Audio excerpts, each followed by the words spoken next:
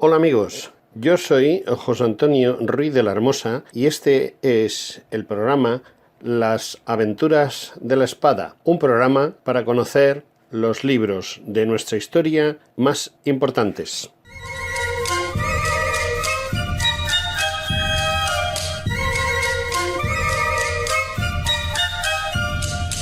Hola, muy buenas tardes amigos. Otro día más con vosotros en este nuestro programa, Las Aventuras de la Espada. Y en Las Aventuras de la Espada hoy os traemos un libro y medio.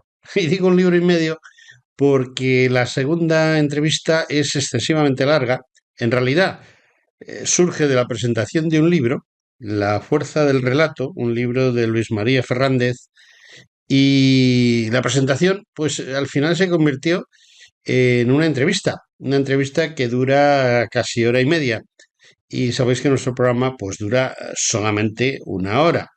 Por lo cual, pues decidimos lo siguiente, y es que pondríamos la entrevista entera, la segunda parte de la entrevista, la próxima semana, y esta semana lo que vamos a hacer es poner la primera parte, los primeros 30 minutos, casi 30 minutos de esa entrevista. Es una presentación en realidad del libro La Fuerza del Relato, de su título Cómo se construye el discurso ideológico en la batalla cultural, y creo que es la persona más adecuada para hablar de este tema, porque Luis María Fernández es director de cine y además un buen director de cine, ha sido guionista de televisión, lleva trabajando en ambos campos, televisión y cine, ya algunos años, aunque es un hombre muy joven, y además es profesor, también da clases en la universidad de todos estos temas. Y ha hecho un libro excepcionalmente interesante en el cual nos descubre los entresijos de cómo construir el relato, ese discurso ideológico que los políticos utilizan para llevarnos al huerto. Y bueno, en vez de que yo hable tanto, pues es conveniente que hable él en la segunda parte de nuestro programa, porque en la primera parte tenemos a un amigo. Tenemos a Fernández Sastrón, que es José Miguel, un buen amigo de Tiempo A, un hombre con el que colaboramos en Decisión Radio y que, bueno, pues durante la pandemia se puso a escribir.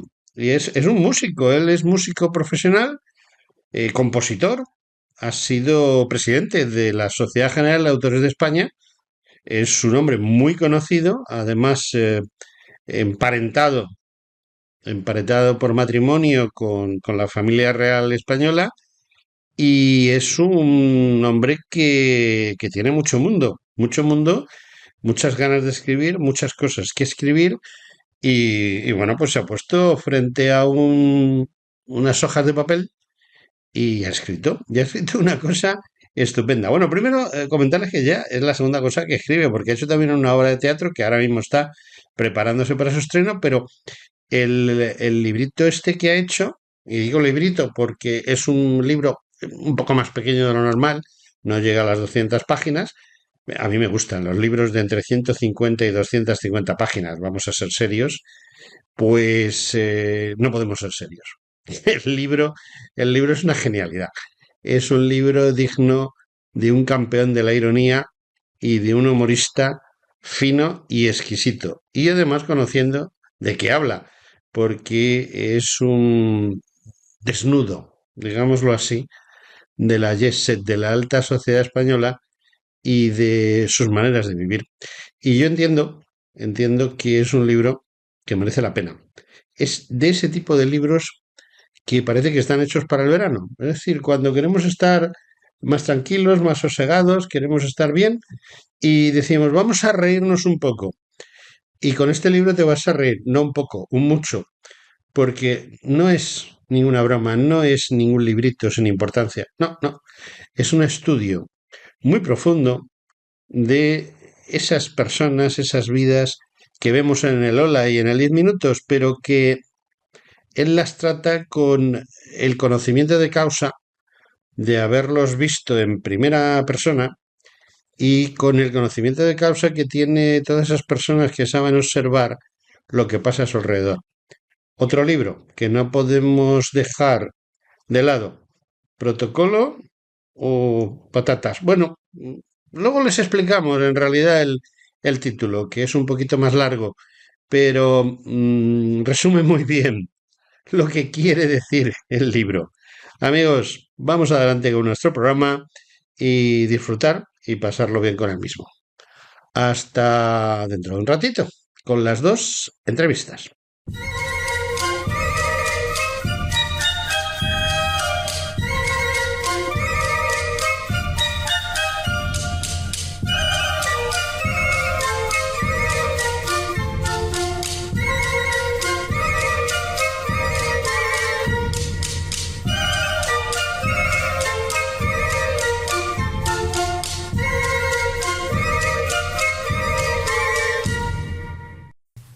Hola, buenas tardes amigos, estamos en tiempo de entrevista, estamos en tiempo de las aventuras de la espada, el programa de libros de esta casa, y hoy vamos a hacer una excepción, porque vamos a traer un amigo que también es autor, pero ya sabéis que yo me pongo muy borde y estrujo a los autores, a ver, cuéntame y tal, pero claro, con José Miguel no puedo hacer eso. Buenas tardes, José Miguel Fernández Sastrón, ¿qué tal estás? Buenas tardes, muy bien. Lo puedes intentar.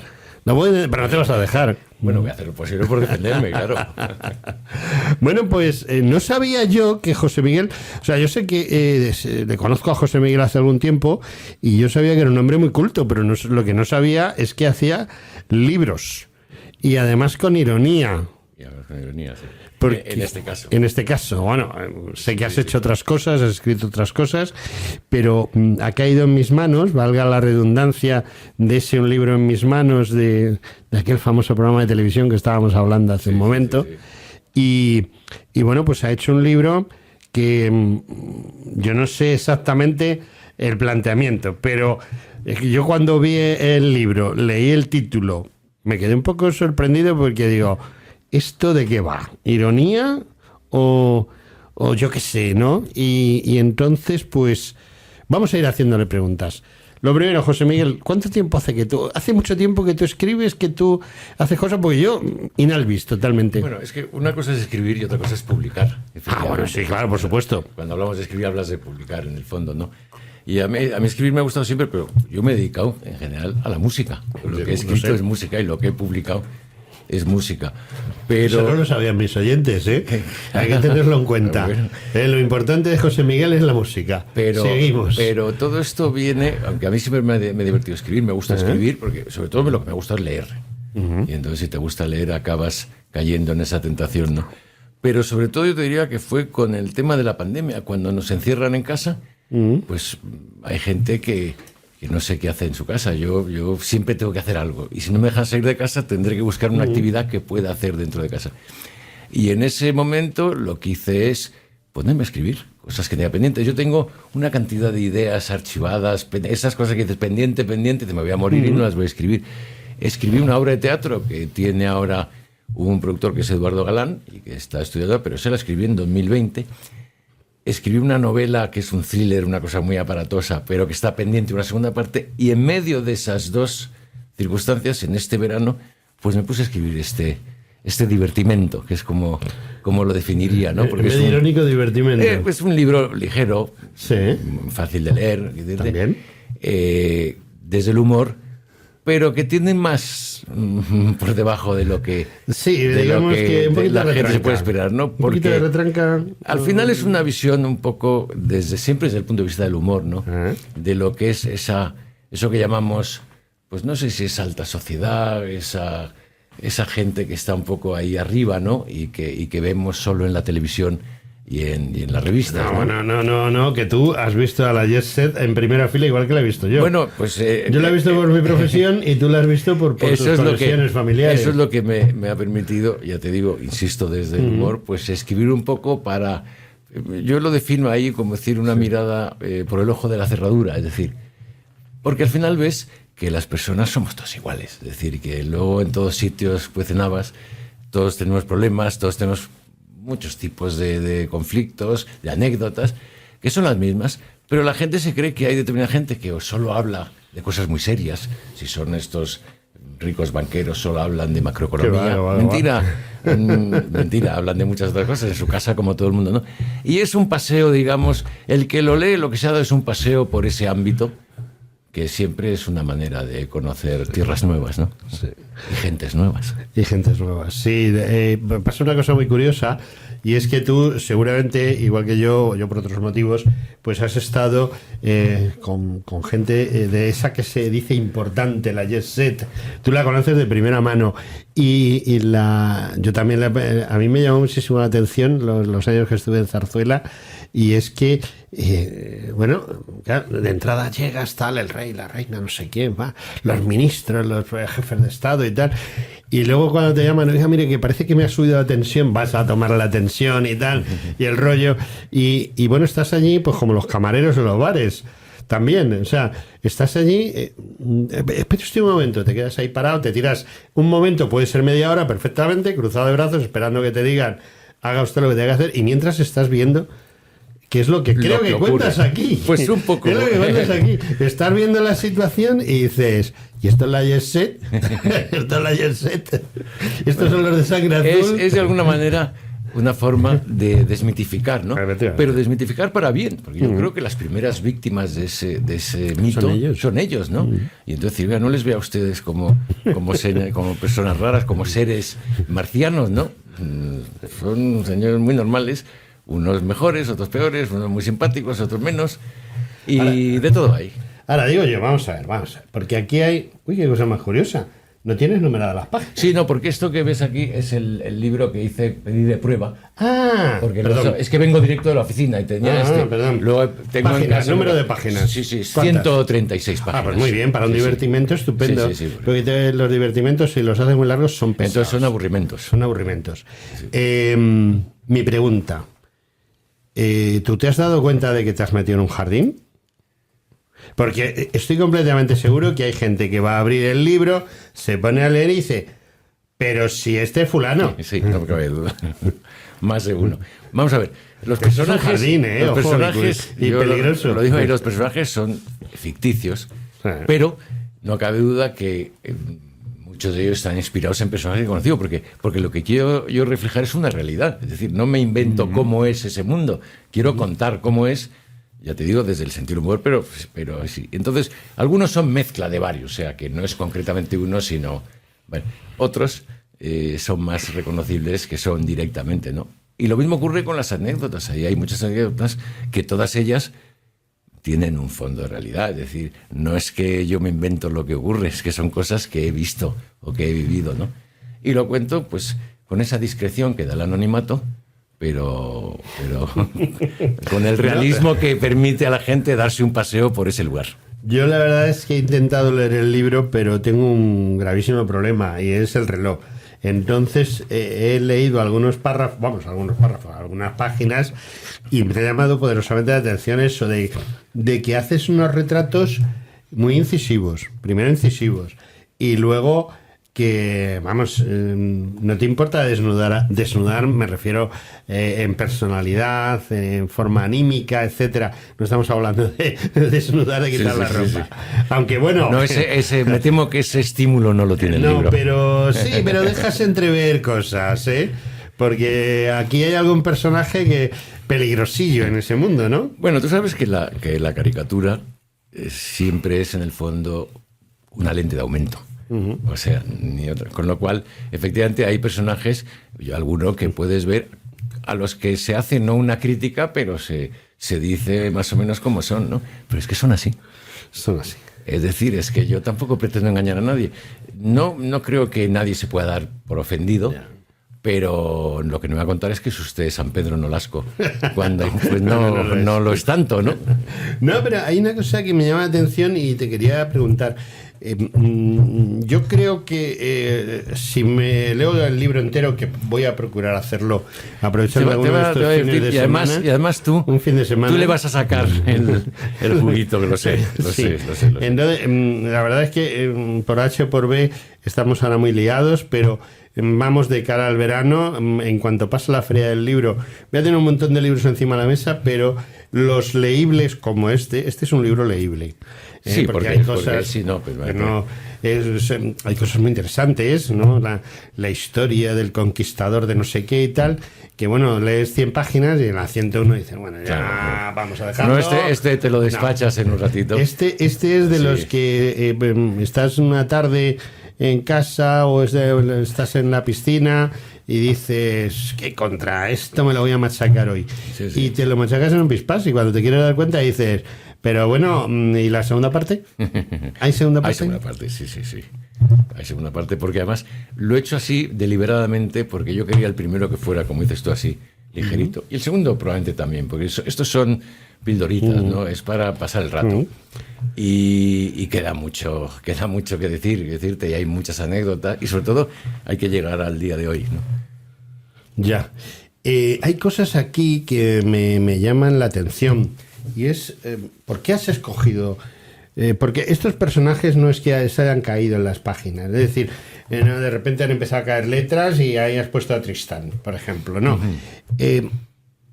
¿Por qué has escogido esos personajes y por qué has escogido concretamente esa historia? Ya sé que es destripar un poco el libro, pero me interesa. Y creo que les va a interesar a los que lo quieren leer. Sí, porque en el fondo, digamos, los personajes que hay ahí son, digamos, hay muchos más, ¿no? Pero hay un ejemplo de cada uno, digamos, de los personajes que pueblan ese ámbito. Sí, ¿no? pero los arrancas en un momento dado.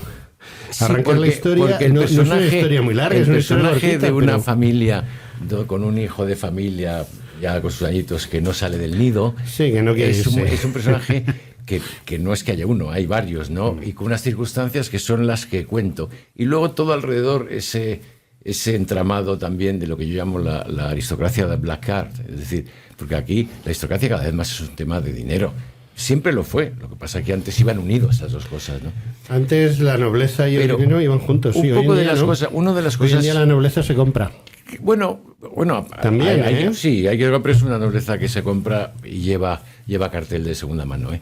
La de verdad no se compra. Lo que pasa es que ya no conlleva esas rentas, y eso, salvo que la gestión patrimonial lo permita, o como ocurre muchas veces, porque también hay una injusticia de pensar que es que el aristócrata es un señor vago e incapaz, y hay muchísimos que son unos señores muy capaces y que han hecho mucho dinero ellos y que ganan mucho dinero por su trabajo, ¿no? Pero un poco lo que yo reflejo aquí también, aparte de cómo es ese entorno que llamamos de la gente que está ahí arriba y que no vemos habitualmente, algo que no se ha hablado tanto, y es que llevamos mucho tiempo hablando, ahora estamos en una etapa que solo se habla de política, que hay una polaridad tremenda, y todo el rato se habla mucho de la transición política, pero se habla aún mucho menos de la transición económica, y es algo que yo he querido reflejar un poco ahí. La transición económica, ¿qué es lo que ocurrió en esa etapa? Pues esa transición económica que ocurrió a la vez consistió en que España no solo tuvo una transición de apertura a la democracia, sino que tuvo una transición donde había una economía que era una economía muy familiar, empresas familiares. Había una parte que era un cierto feudalismo empresarial, es decir, familias. Y yo te lo digo porque lo he conocido de primera mano. Mi abuelo era Pepín Fernández de Arias Preciados, o sea que era el ejemplo de esa empresa familiar. ¿Qué ocurre? Que llegaron a Nuevos Aires, llegaron toda esta gente de Harvard, ese mercantilismo anglosajón, y les pilló con el paso cambiado directamente. Sí. Y entonces hubo una transición mucho más traumática casi que la política. Las empresas cambiaron de manos, esos empresarios, esos abuelos empresarios, pues se murieron y sus descendientes no sabían a dónde mirar porque no estaban preparados para competir en ese terreno. Entonces esa transición económica, insisto, desde el humor, porque no es un ladrillo y no voy a hablar yo de economía, pues eso están los economistas, pero sí lo señalo un poco ahí, ¿no? Y hay alguna anécdota, alguna capítulo, digamos, que refleja un poco esa realidad también. ¿Extrapolable a otros países, a Portugal, a Italia, a Francia? ¿Es muy latino o es muy simplemente hispano? Vamos a ver, es muy hispano porque es lo que ocurre aquí. Lo que pasa es que lo que ocurre aquí, ahí verás que hay mucho personaje dentro de esa aristocracia del norte de Europa, porque grandes duques austriacos, esas cosas se han paseado por aquí también mucho, ¿no? Y luego hay también, y está en el libro reflejado, personajes que son esos personajes latinoamericanos, mexicanos, colombianos, que son estos señores muy ricos que vienen a España, se han comprado medio barrio Salamanca y digamos, conviven mucho con esa aristocracia blanca que digo y con la otra, ¿no? Están ahí, forman parte, digamos, de ese escenario VIP, por decir de una manera. Y ahora una pregunta que se me acaba de ocurrir. No soy muy aficionado a esto, pero ¿qué posibilidades tiene esto de una adaptación, por ejemplo, televisiva?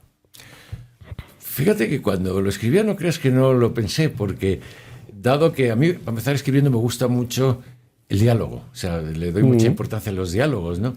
Y verdaderamente creo que sería un buen guión. Sería un buen guión, yo creo que sí.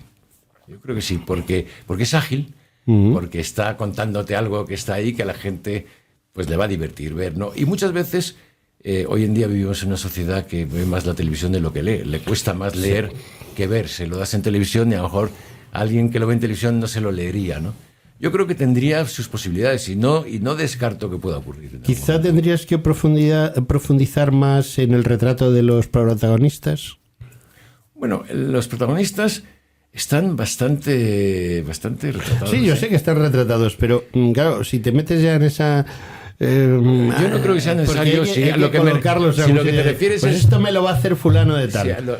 Sí, tal actor o tal actriz. Bueno, yo fíjate, cuando escribo, casi siempre me imagino caras. Muchas veces me imagino qué actor. Muchas veces he pensado, ¿qué actor haría de este muy bien?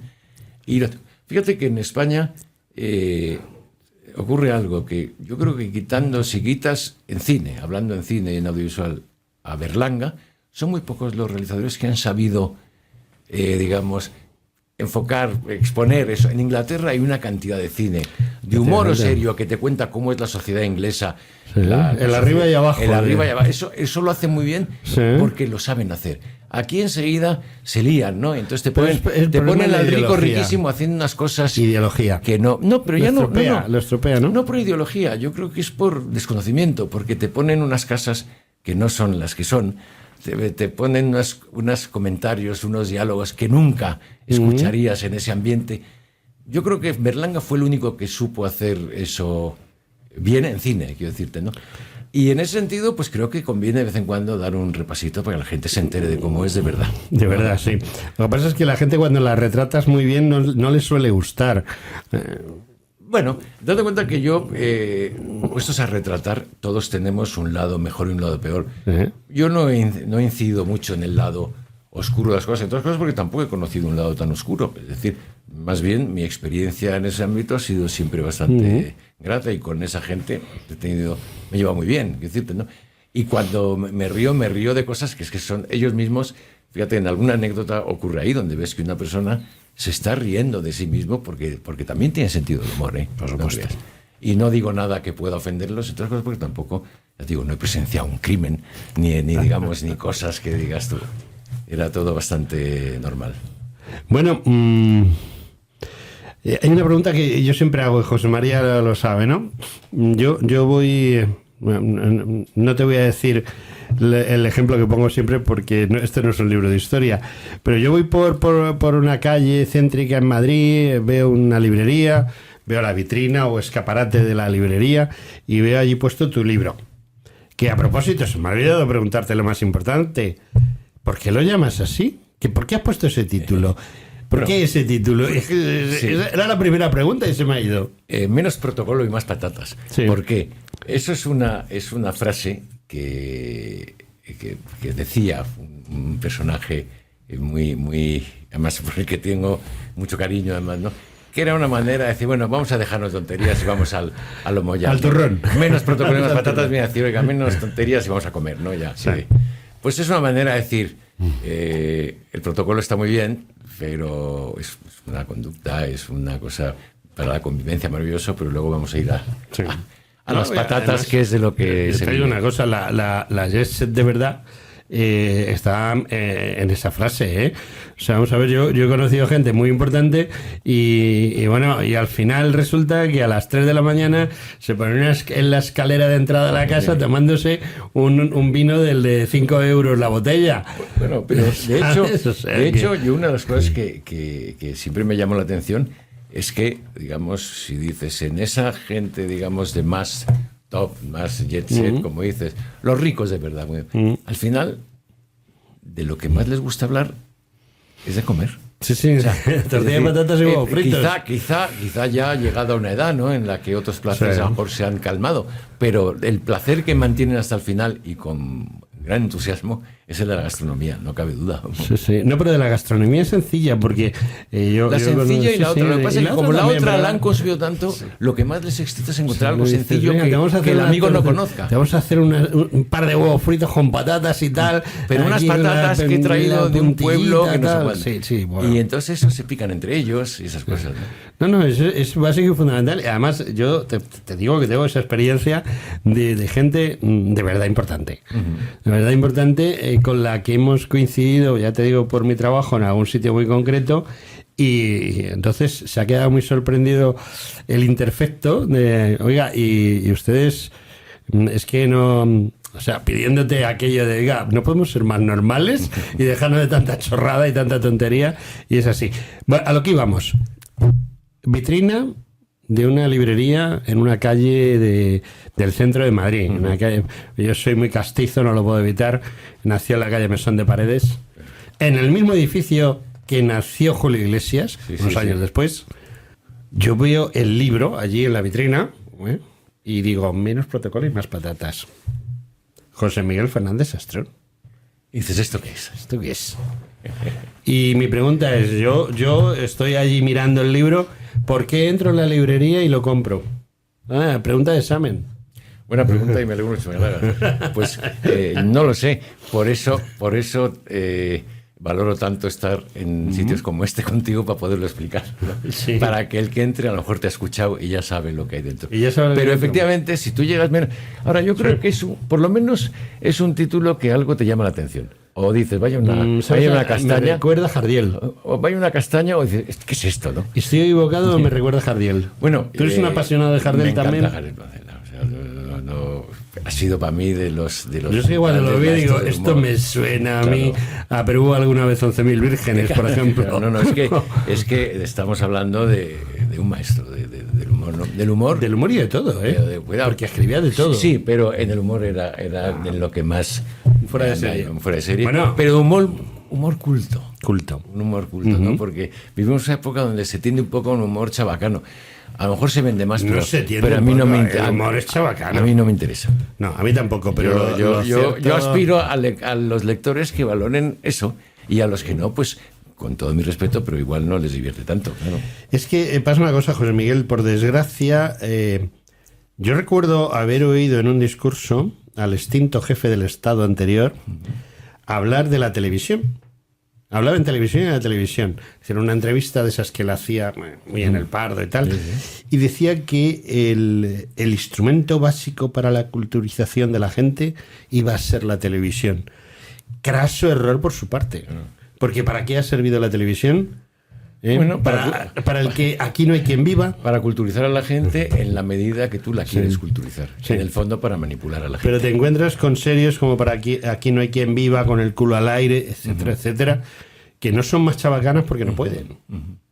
Bueno, yo en Aquí no hay quien viva, lo que pasa es que hay un personaje que era, porque ya no está, José Luis Gil, que me parece un actor tan maravilloso y que solo verle a él ya me podía divertir. Pero efectivamente los guiones... ¿Sabes lo que pasa? Los diálogos es lo que hoy en día se ha perdido mucho, pero claro, más se va a perder, porque si tú te das cuenta que hoy en día ya nos comunicamos por Twitter con 140 caracteres, quitando letras, es que no se valora. Las cosas se dicen de muchas formas. El idioma no es solo una manera de comunicarte, es una manera de comunicar desde un espíritu, desde exactamente, un sitio. No comunicarte, sino comunicar. Matizar, además. Se pueden decir las cosas de muchas formas. Hoy en día parece que basta con decirlo de una sola. Y así, yo creo que eso es parte de que estemos todos cabreados todo el día, porque claro, no hay matices, no hay tamices. Mucho mejor. Tengo un problema.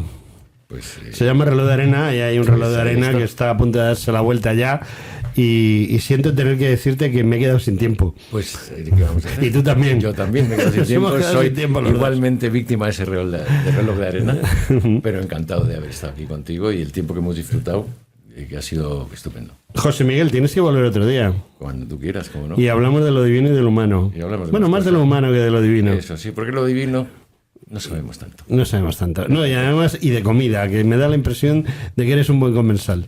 Pues me gusta de comer, desde luego. Sí. Sí, cómo no. Las cosas buenas nos gustan a todos, ¿no? Bueno, José Miguel Fernández Astrom, gracias por venir. Pues muchas gracias a ti y ha sido un placer. Lo mismo digo.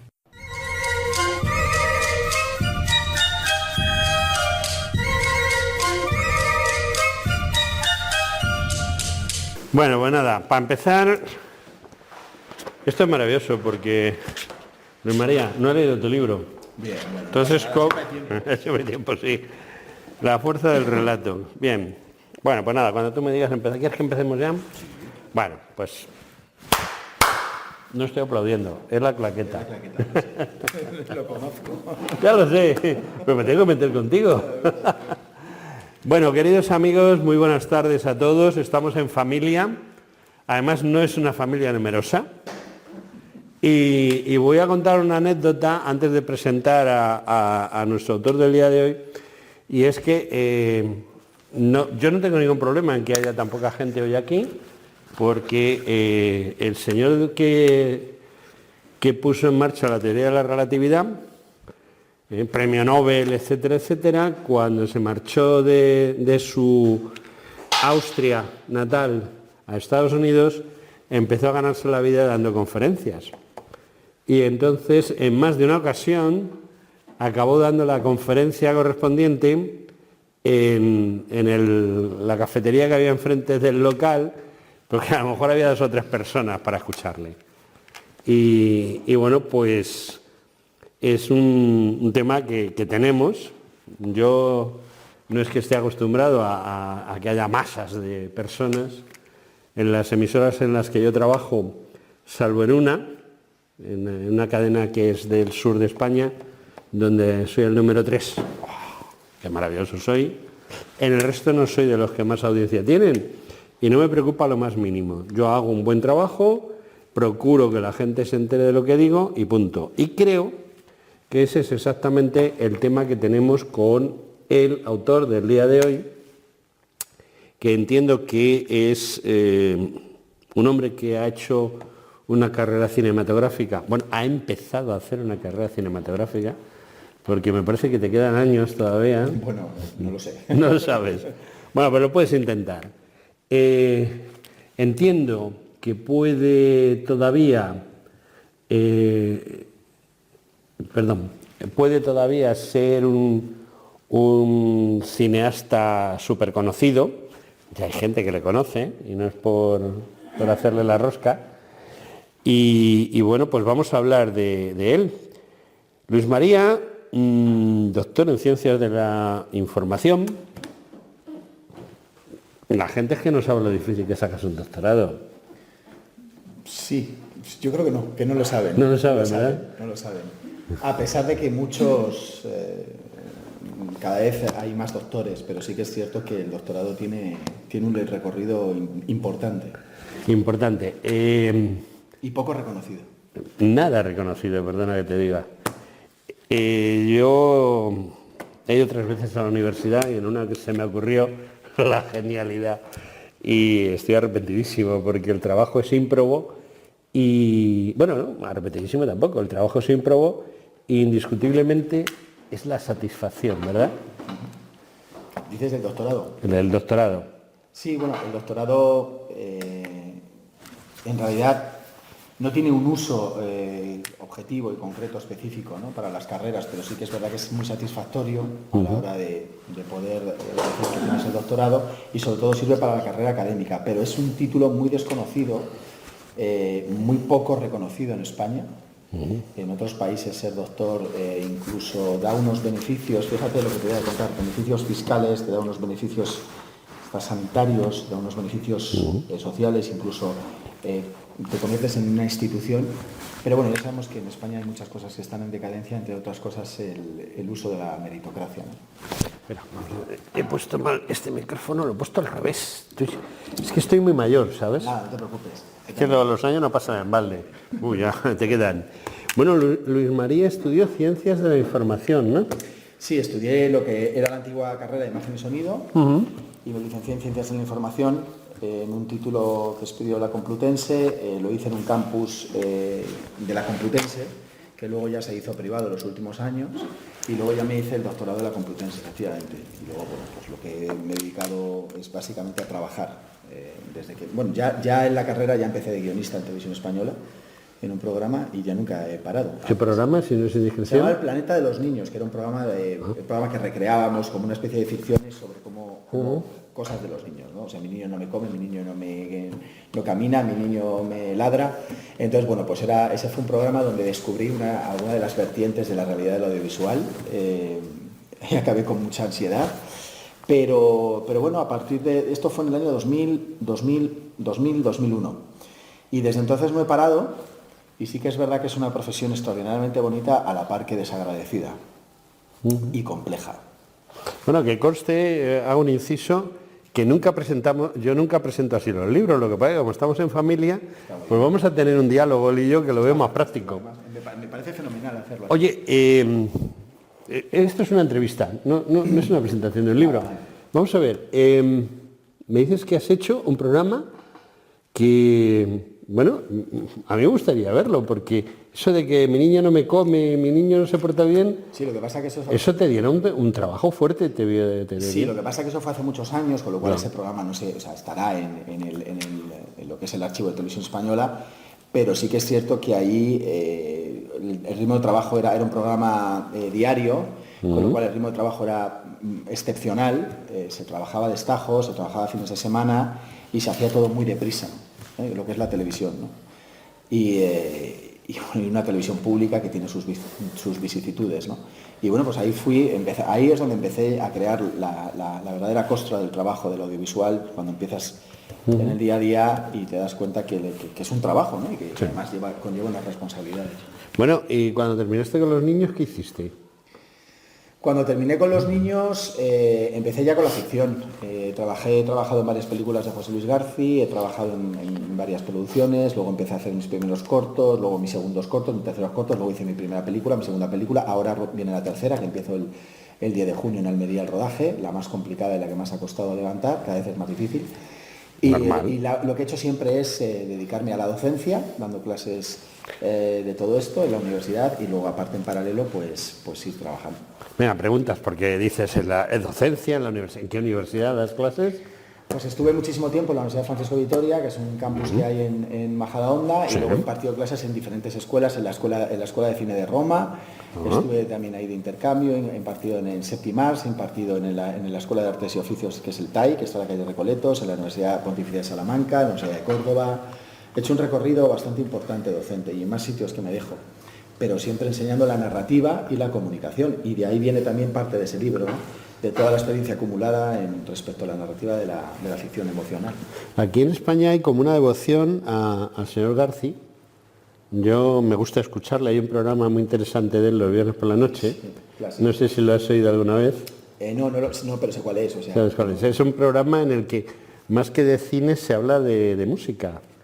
Y yo soy de los que opinan que lo importante de un personaje, más que sea el mejor de lo suyo, que eso sí es importante, por supuesto, es que tenga un fondo, un pozo cultural. Y creo, por lo menos a través de la radio, que García lo tiene, igual que creo que lo tienes tú, pero mi pregunta es, ¿qué películas, si no es indiscreción, trabajaste con García? Pues estuve ahí en dirección en la película que hizo sobre Holmes y Watson, que cuando se ficcionó que venían a Madrid, se llama Holmes and Watson Madrid Days, y luego estuve en el Crack. ¿En el Crack? En el Crack, pero en el Crack la acero, porque yo cuando se hizo los primeros Crack no había nacido. Ya. No, eso digo, el Crack, digo, sí, claro, te conservas estupendamente. La secuela que ha hecho... Landa está un poquito más perjudicado que tú, ¿no? Yo me conservo fantástico. Y la verdad es que es un personaje muy interesante, Garci, porque yo, la verdad es que conectamos bien, hace tiempo que no le veo, pero a mí me dijo dos cosas que se me quedaron grabadas. La primera, un día en la paso de un rodaje, me dijo, mira, Luis, en el mundo del cine los grandes momentos han sido casualidades, es decir, esos grandes momentos que tendemos mucho a, de alguna manera, a vanagloriar, es decir, fíjate este momento y ves a los críticos, a los eruditos hablando del momento exacto en el que se consiguió y tal, luego eran casualidades, luego era uno que pasaba por allí y dijo, ¿y por qué no hacemos eso así? Y luego otra cosa me dijo que me gustó, bueno, no me deja a mí, le dijo a bastantes personas, y es que él es una persona con mucha suerte, y se considera una persona con suerte, es decir, ha tenido suerte en la vida, nunca ha tenido ningún problema, ha hecho lo que ha querido y se ha encontrado, es verdad que es una persona muy culta, con un gran pozo cultural y con mucho conocimiento, pero me dijo, yo tengo suerte y hay otra gente que no tiene suerte. No tiene suerte. Estoy totalmente de acuerdo contigo. Yo también he participado en películas, ¿sabes? Pues, es una cosa muy curiosa. No lo sabía que habías participado en Sí. La última en la que participé fue Invasor. Claro, eso es de militares. Sí. Lo bueno que tiene el ejército, a diferencia de lo bueno que pueda tener el cine como tal, es que yo un día estoy tranquilamente en mi despacho, me llama mi coronel y me dice, oye, mira, que es que necesitamos que voluntariamente vayas a ayudar a unos tipos del cine que han venido aquí. Estaba yo destinado entonces en el regimiento más antiguo del mundo, que está en Fuerteventura. La unidad militar más antigua del mundo está en Fuerteventura. La creó Fernando II de Aragón, alias Fernando el Católico. Y entonces fueron a Fuerteventura y a Lanzarote a rodar la película Invasor. Entonces es una película que ellos pidieron ayuda al ejército, el ejército no veía muy claro el tema y les dio una ayuda relativa. Relativa porque, claro, si hubiésemos visto el guión o cuando yo vi el estreno, yo me levanté y me fui. O sea, yo no terminé de ver el estreno de la película porque no me gusta que me insulten. Si no la recuerdo, sé que la he visto, pero... Sí, Invasor es una película que va de los españoles que están en la guerra de Irak. Sí. Entonces, una emboscada o algo así, ¿no? Sí. Entonces, bueno, pues los protagonistas son un oficial médico y un oficial enfermero y bueno, la película prácticamente a los españoles nos tratan de genocidas, pero de genocidas. Pero eso lo ves al final.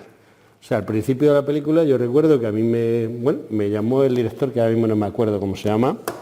No me acuerdo, pero no, la película la he visto. La has visto, sí. Entonces la película va de que, bueno, pues hay unos españoles que presencian, unos oficiales españoles del Cuerpo de Sanidad, que por eso estaba yo en la película, porque yo era el asesor. O sea, me nombraron asesor. Y luego faltaba un actor de los que no tenían diálogo, pero tenía que salir por allí vestido de uniforme, montarse en una ambulancia, tirar de una camilla, no sé quién. Y me dijo, oye, ¿te importa hacerlo? Digo, no hay problema. Entonces descubrí que los actores, gente que se lo gana. Porque yo acabé un día de rodaje y dije, no vuelvo a rodar una película en mi vida, porque me tiré desde las 9 de la mañana hasta las 9 de la noche. Así es. Repitiendo. Hay una escena que la repetimos 20 o 30 veces, yo que sé, un montón de veces. Así es. Y era correr sobre unos cascotes. O sea, se suponía que era un sitio donde había estallado una bomba, había muertos, heridos y tal, y entonces yo tenía que ir con mi equipo a rescatar a una niña que luego se moría y tal. Una historia muy tétrica. Entonces, claro, yo como sanitario humanitario, eso es lo que dice la canción de la sanidad militar, soy un sanitario humanitario. Pues encantado de recoger a aquella niña herida y demás.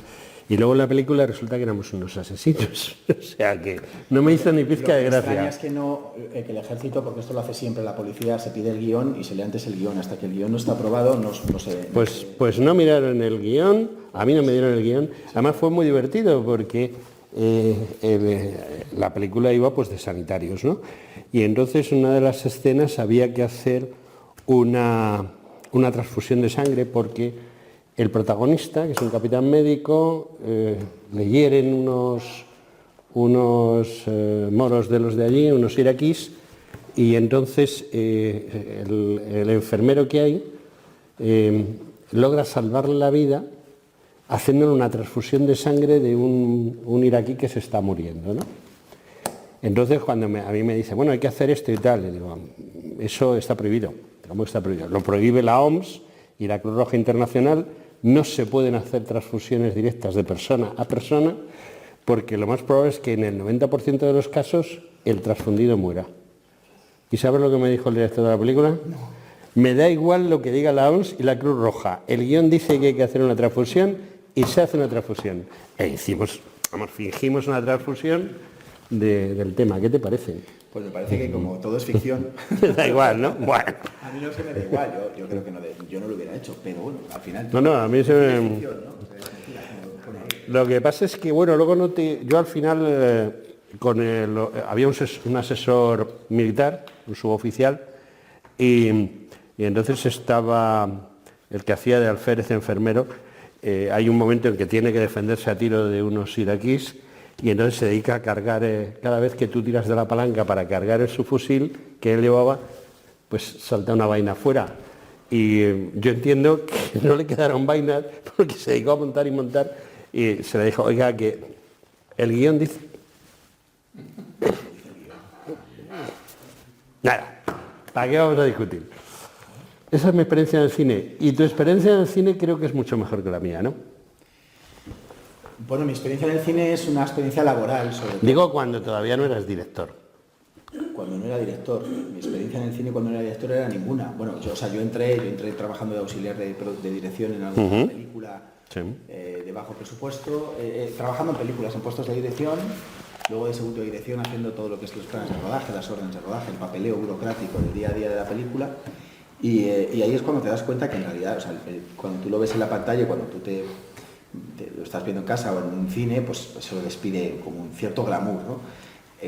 Cero glamour tiene un rodaje, una película, y de hecho un rodaje es un sitio muy aburrido, es decir, si tú no estás trabajando en el rodaje de una película, si vas no te enteras de nada, solo ves a gente haciendo cosas muy raras, todo el mundo medio corriendo, repitiendo cosas todo el rato, y es un espacio ciertamente aburrido, es decir, es del aburrimiento y el tedio de rodarlo, luego se construye con el montaje, la música y con todo el compendio de las artes, pues se construye algo que es verdaderamente visualmente y espectacularmente muy, muy bonito, ¿no?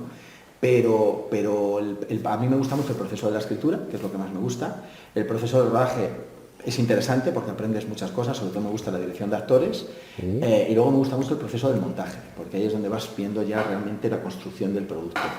Sí que es cierto que desde que se escribe el guión hasta que la película se estrena, la media suelen ser entre 2, 3, incluso 4 años, y una vez que la película se ha estrenado, tú has pasado por tantos procesos creativos dentro de la película que ya nada te sorprende, es decir, es que el día del estreno es que ni ves la película prácticamente, o ya la ves, dices, otra vez, ¿sabes?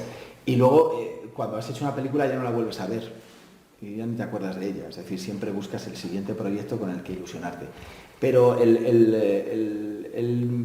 mundo cinematográfico es un mundo muy interesante de analizar en sí mismo, la industria como tal.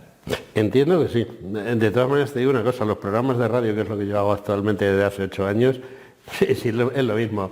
O sea, trabajas, en el momento que se emite el programa, ya ni te acuerdas. O sea, dice, oye, te hiciste un programa de no sé qué, y dice, sí. Que te preguntan, sí, me gustó tal cosa, a mí también, sí, vale. Y no sé de lo que estoy hablando. Pues eso. Pues eso. Oye, me dices que has hecho documentales entre medias.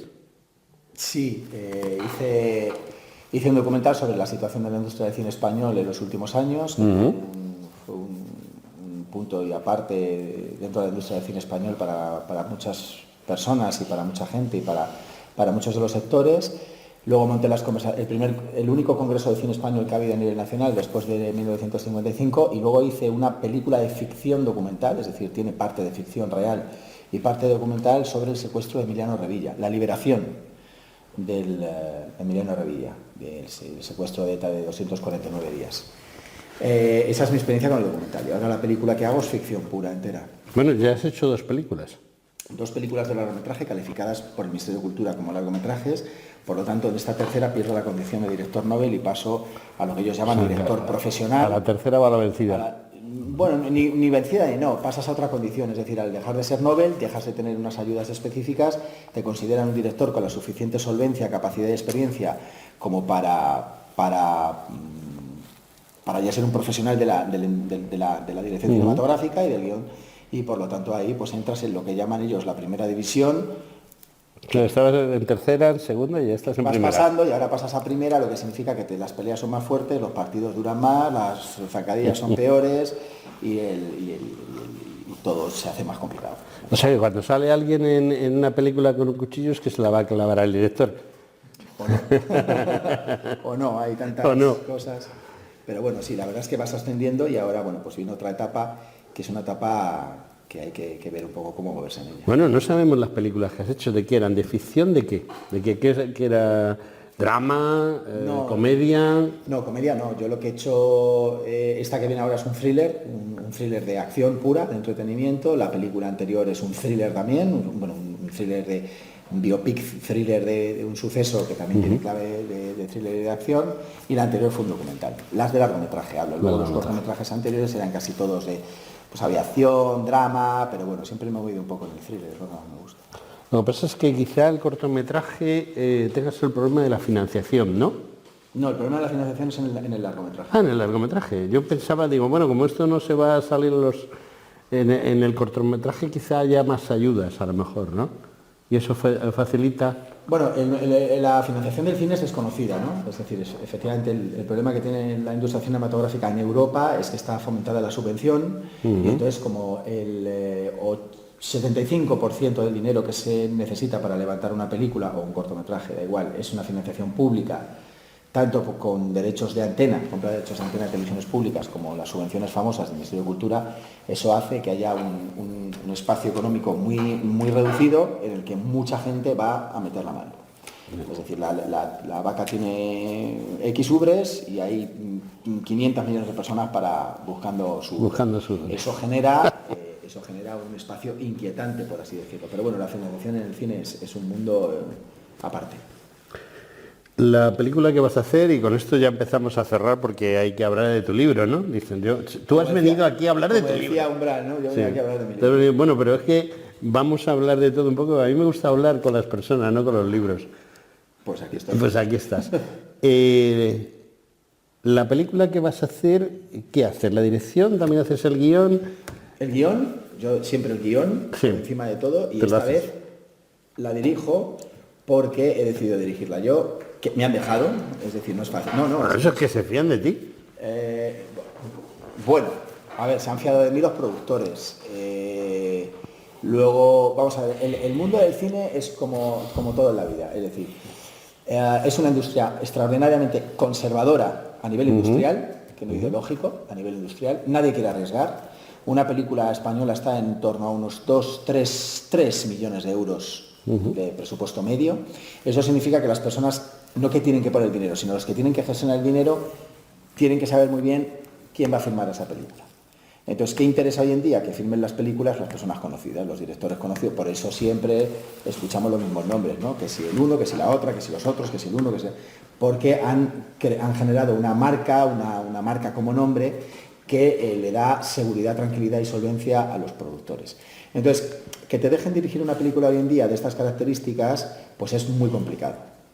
Muy complicado, hasta tal punto que nos hemos encontrado con alguna distribuidora que ha dicho, bueno, vosotros haced la película y cuando veamos la película que ha hecho el director, entonces decidimos si entramos o no. Entonces, bueno, pues es difícil, pero sí, quería dirigirla yo, esta película, que tampoco tengo un ánimo extraordinario por dirigir, es decir, a mí lo que me gusta es escribir, pero si se puede dirigir, a más, porque amplías experiencia. Pero yo sí que dije que esta la hacía yo, que era una película personal, no es ningún encargo, es una cosa que me ideé yo, que quería contar yo, que para mí era fundamental contarlo. Lo hemos luchado y hemos conseguido levantar la financiación, no toda la que hubiéramos querido, pero la parte suficiente como para poder acometer la película, que viene ahora todo el mes de junio en el desierto de Tabernas, en Almería, en el mismo sitio donde Sergio Leone rodaba sus spaghetti western, en el mismo sitio exacto. Bueno, por lo menos vas a tener luz, ¿no? Toda. Y sol. Y algo de grados.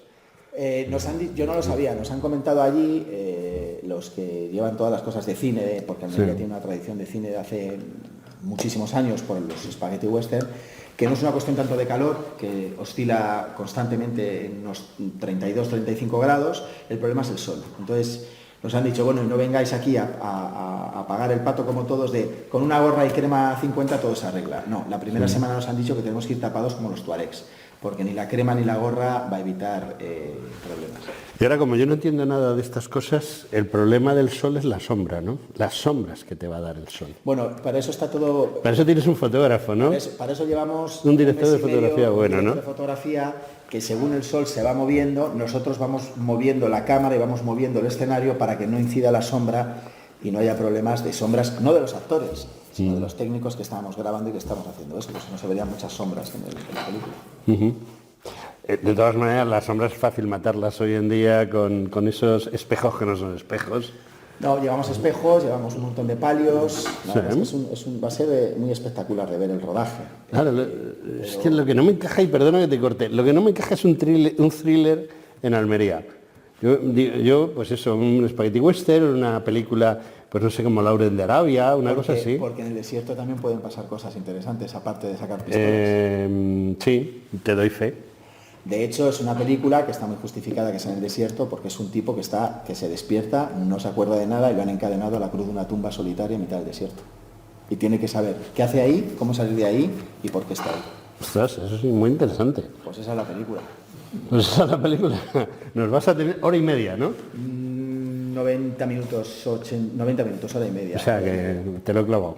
Sí, bueno, es lo que dura una película, ¿no? No, pero hay películas que duran más, muy interesantes. Sí, las películas que duran más cuesta cada vez más que la gente... La gente no quiere... A no ser que seas Scorsese, que has hecho una de 280 minutos, la del irlandés. Ah, no la he visto.